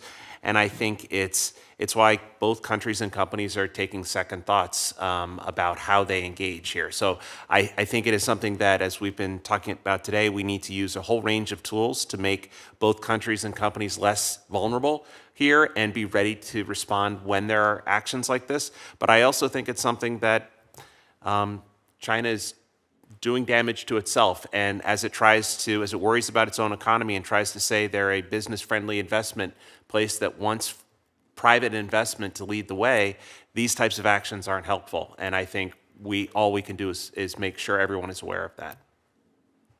It is backfiring, but it's our job to push back against it anyway. And I would add to your list Enes Kanter, another basketball player, who also spoke out. Former trailblazer, I might note. I'm sorry? Former trailblazer. Former New York Knick as well. Yes. Thank you. Thank you. And we have, before the Congressional Executive Commission on China, invited Enes to testify, and Enes Freedom, as he renamed himself. And it's a real example in that case, so oppression coming from Turkey. In terms of doing business in China, I have another question, but I'm over my time. Okay. So in June, China placed into action a new espionage law. It puts greater restrictions than before on U.S. companies' ability to operate in China. And I reflect back on, I visited China just before Xi came into power. And there were a group of 10 senators that Harry Reid led, bipartisan group. And the conversation very much was about an lightening of restrictions.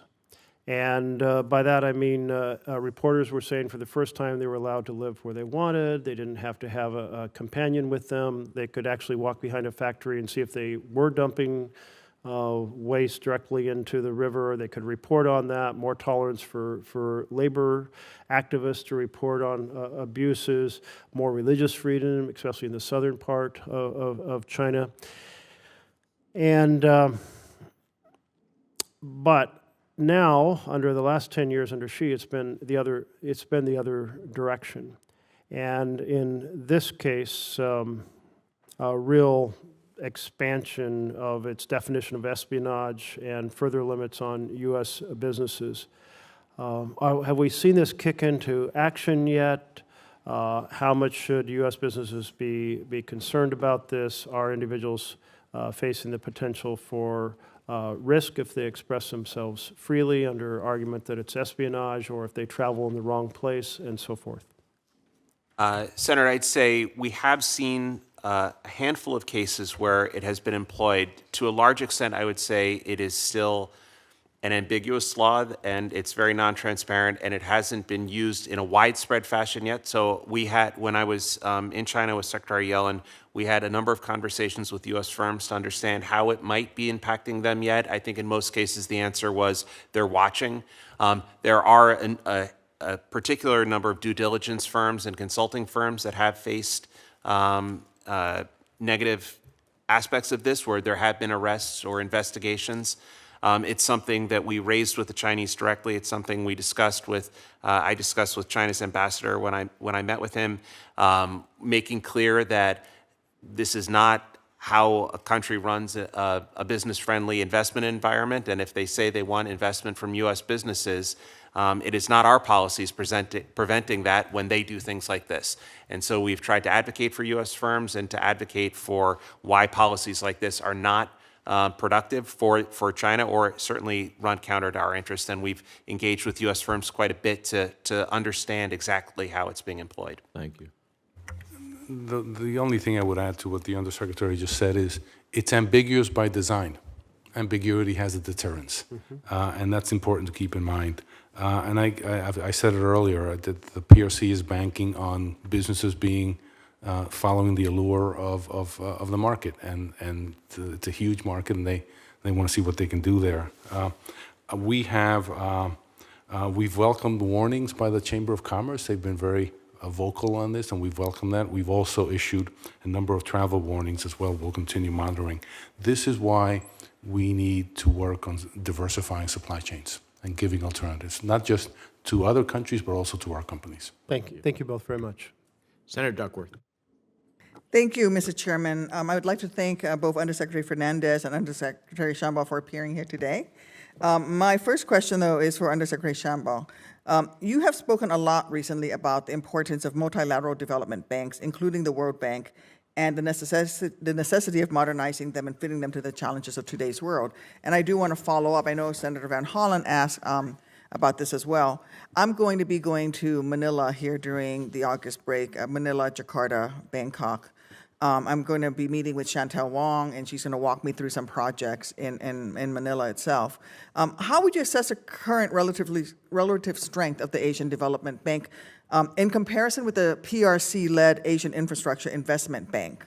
What are the weaknesses of the ADB compared to the AIIB, and what can we do to address these weaknesses? And are there any opportunities for us to perhaps adjust our participation so that we can be more effective? Thank you for the question, Senator. I think it's an extremely important one. The Asian Development Bank plays a really important role to exactly this issue we've been discussing today of making sure there are high standards lending options available to countries so that they do not turn to options that are not as high standards and not in their interest.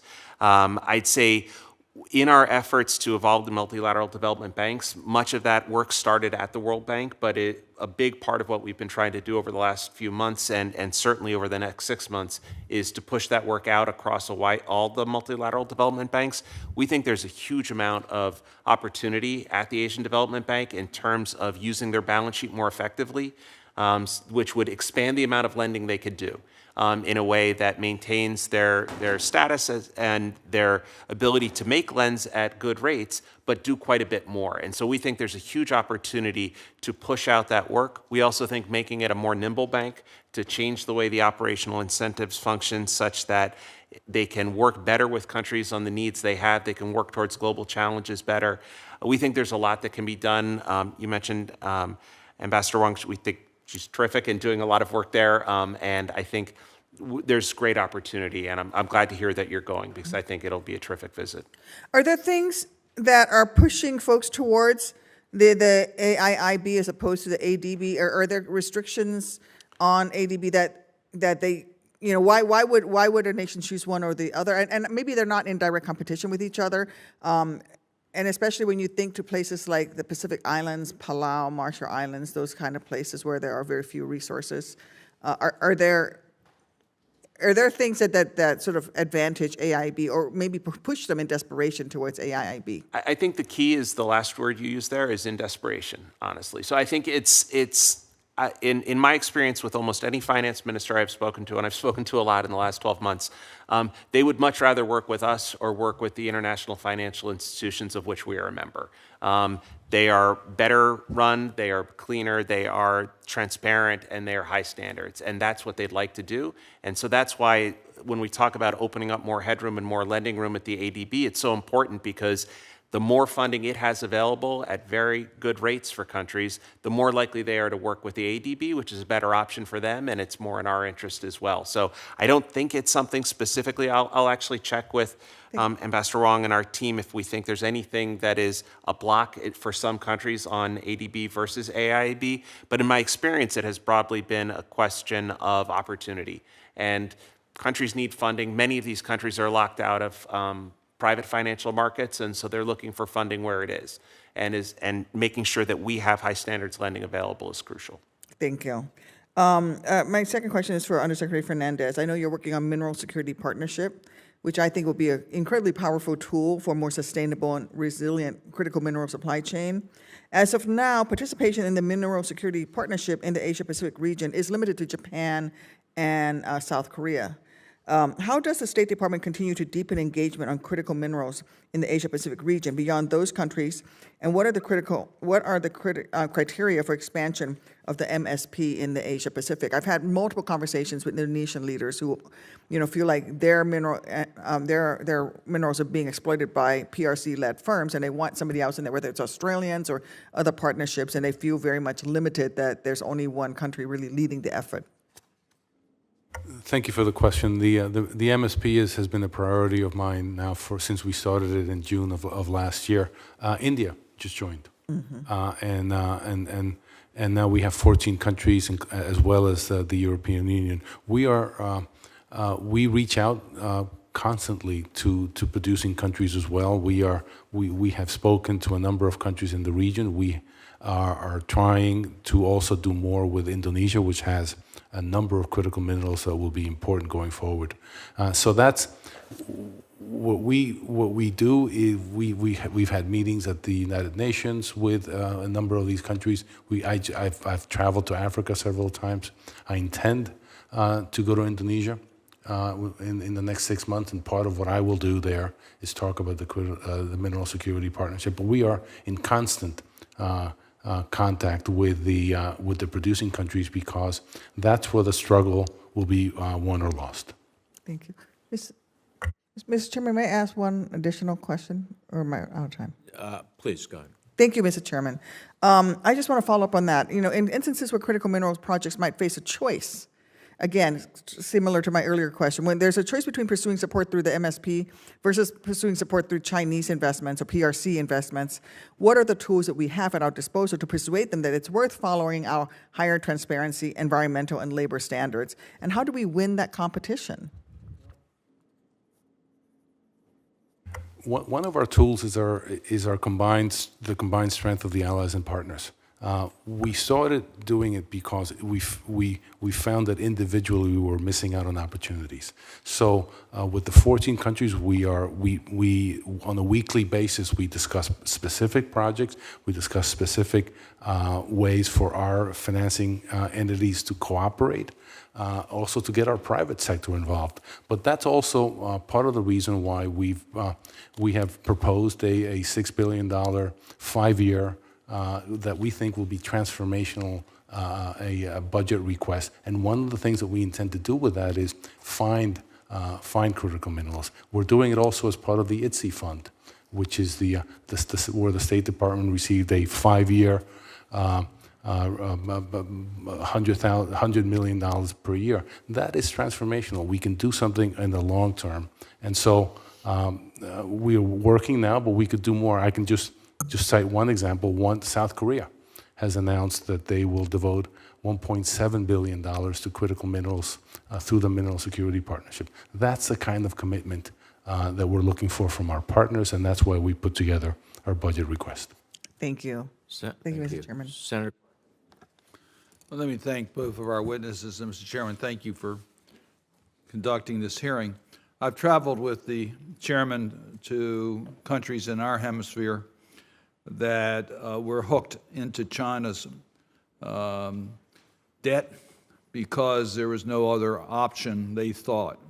The reason there was no other option is it didn't make a lot of good business sense to do those types of debt financing. And China was doing it not for the economics of it, but for the leverage that it would receive in those countries. And it's not unique to our hemisphere. We see it all over. We see how many countries China now has debt, whole debt. And there's a lot of misgivings by these countries. And they're clearly being used in coercion from China to do certain other policies that are against our national security interest. So we could talk about critical minerals and the supply chain challenges, the questions that you just had, but we need a strategy that allows us to counter the cohesive practices of China and certain other countries that are using their minerals to coerce national security issues. And it's got to go beyond just the business sense of the transaction that is the normal way we judge issues.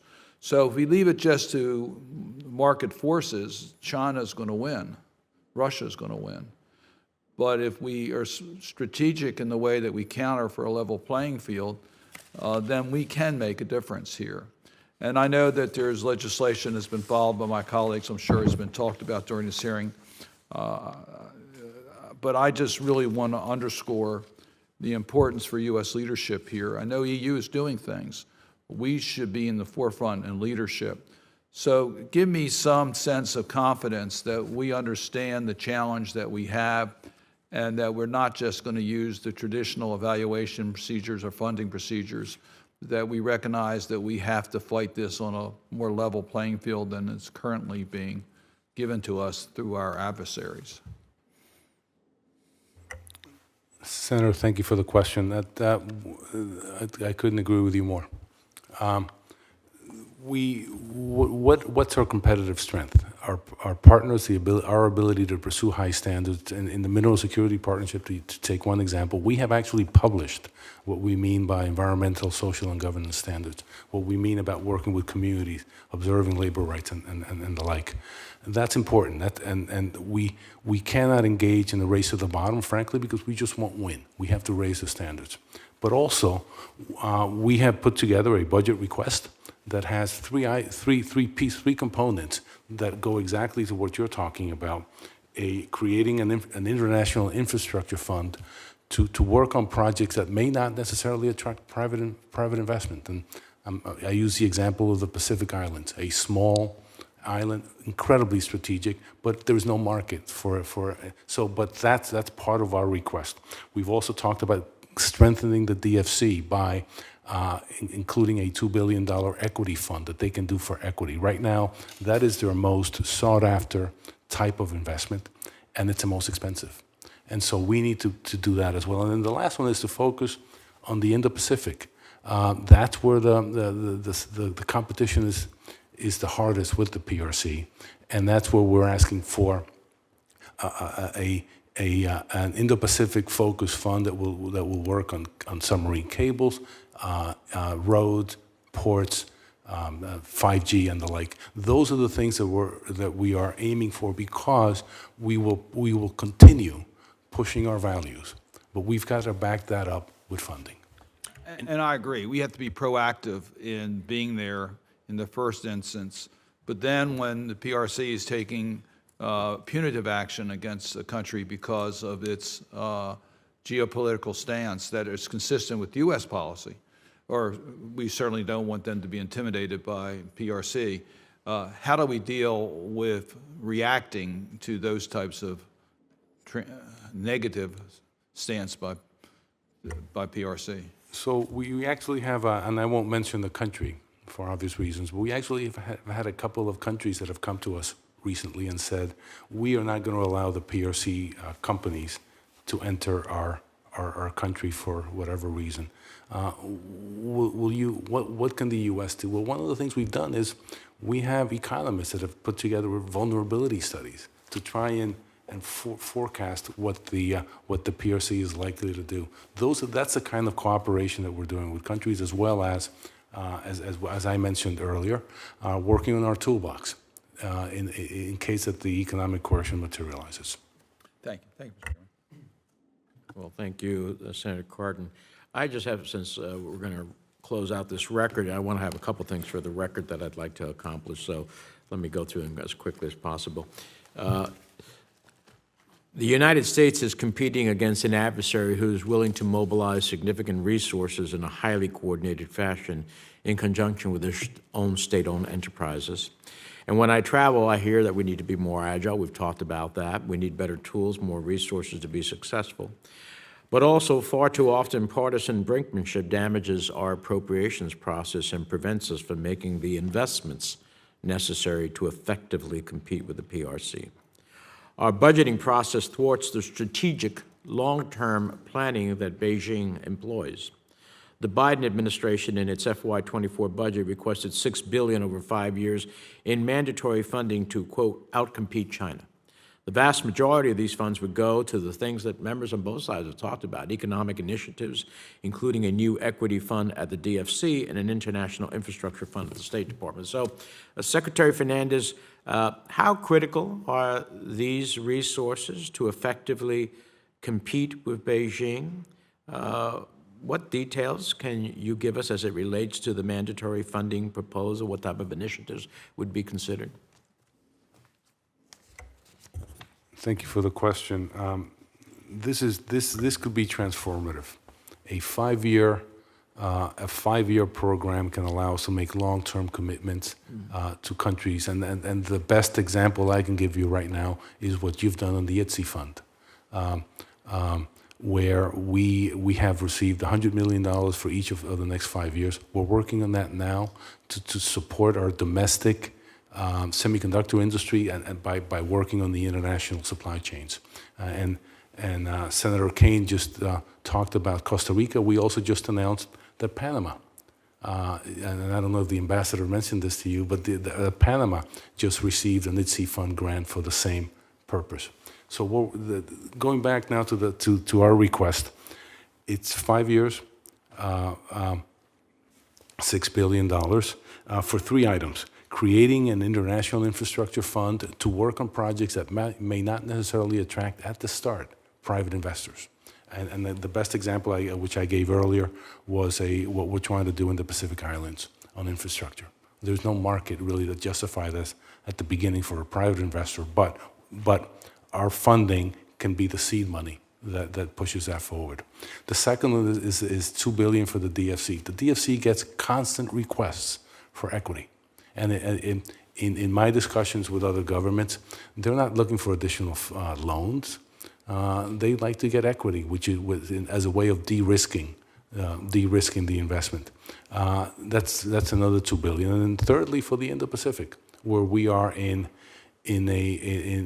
great competition with the PRC, and where infrastructure and U.S. investment has been lacking. So we're looking at, as I said earlier, telecommunications, submarine cables, ports, roads, and the like. That's how we compete. And that, going back to our discussion on Latin America, where you had the two choices, our approach, our desire through this budget request is to bulk up that second notebook that you had, because it just values, as I said earlier at the beginning, this is how I started my statement, values are not enough. We've got to put some money on the table. Well, I appreciate your answer. I'm a supporter because you need to have longer-term strategic ability to compete with the Chinese and for other purposes as well.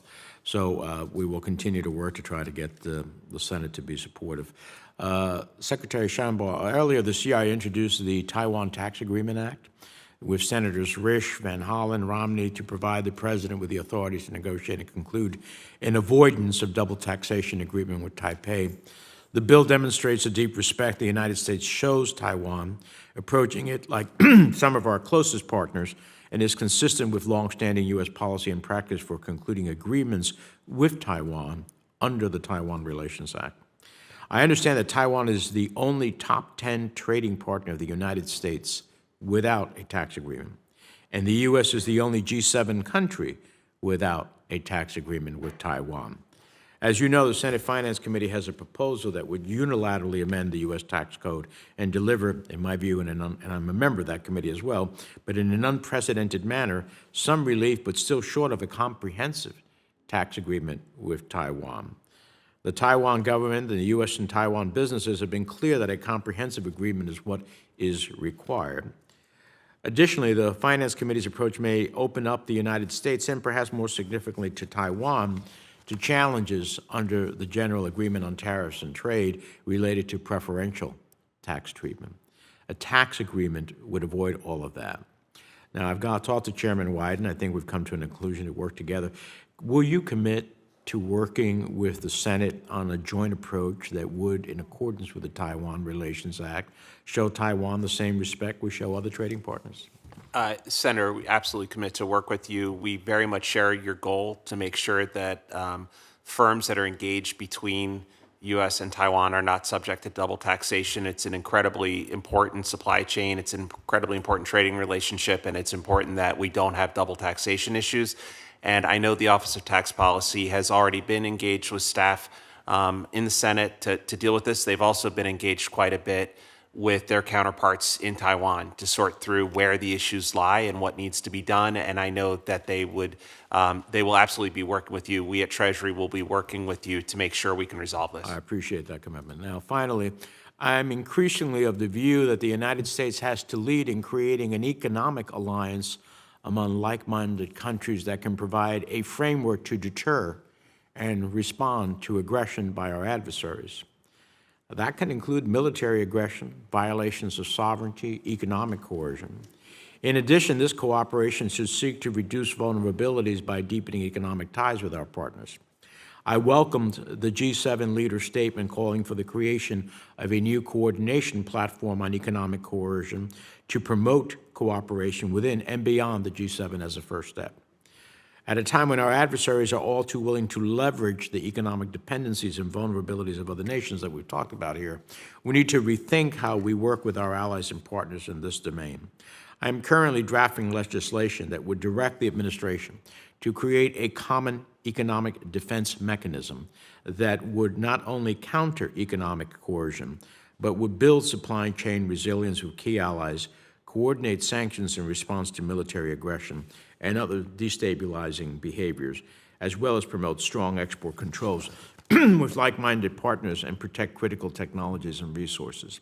I view this as a tool for democracies to collectively deter or respond to acts of aggression or coercion that is short of military action, but amplifies our effectiveness to a coordinated response. In essence, an Article 4 type provision of NATO, but an economic context, which I think can be extraordinarily powerful. Do you think that a coordinated mechanism of this type would enhance the U.S. and our partners' ability to deter and respond to actions of our adversaries?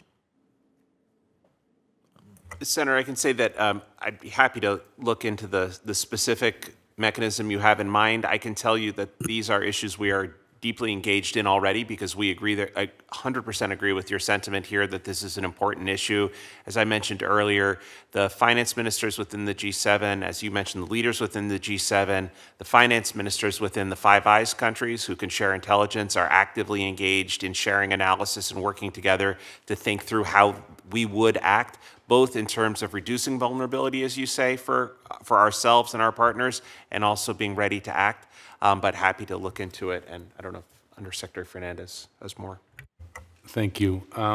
Look, we welcome very much attention to this issue, and we are engaged with your team on this, and we very much welcome the ability, and we look forward to doing so. A couple of nuances to keep in mind, Senator. You know, Article 5 is a self-defense mechanism to deter, to respond to military aggression. As I mentioned earlier, economic coercion tends to be a lot more obtuse, obfuscated. So we got to keep those differences in mind. But absolutely, coordinating internally within the USG with our partners and allies, and looking at this issue is something that we're very much interested in pursuing, because, as I said earlier, it's going to happen again. I appreciate that. I think we could all agree that what the People's Republic of China did to Lithuania was economic coercion. I don't think we'd have a problem coming together and saying there needed to be a response to that. We did. I was one of those who was urging the administration early on that you need to have a response here, because otherwise the message would be to others, don't stand up to the Chinese. But that's an example of where, of course, you have to make a factual determination as to whether coercion has taken place. But there are plenty of examples where the coercion is so crystal clear that it wouldn't take a lot to invoke such a provision. I look forward to working with both departments on that. Let me close by saying 2/3 of the members of this committee have appeared at this hearing. That's a rarity. We get 10%, sometimes we get half, we go woohoo. 2/3 have appeared here. which just goes to speak to the importance that members on a bipartisan basis think about this issue. So we look forward to working with you and engaging you as we proceed. Let me thank our witnesses for appearing before the committee. The record for this hearing will remain open until the close of business on Friday, July the 28th of this year. Please ensure that questions for the record are submitted no later than that day. And with the thanks of the committee, this hearing is adjourned.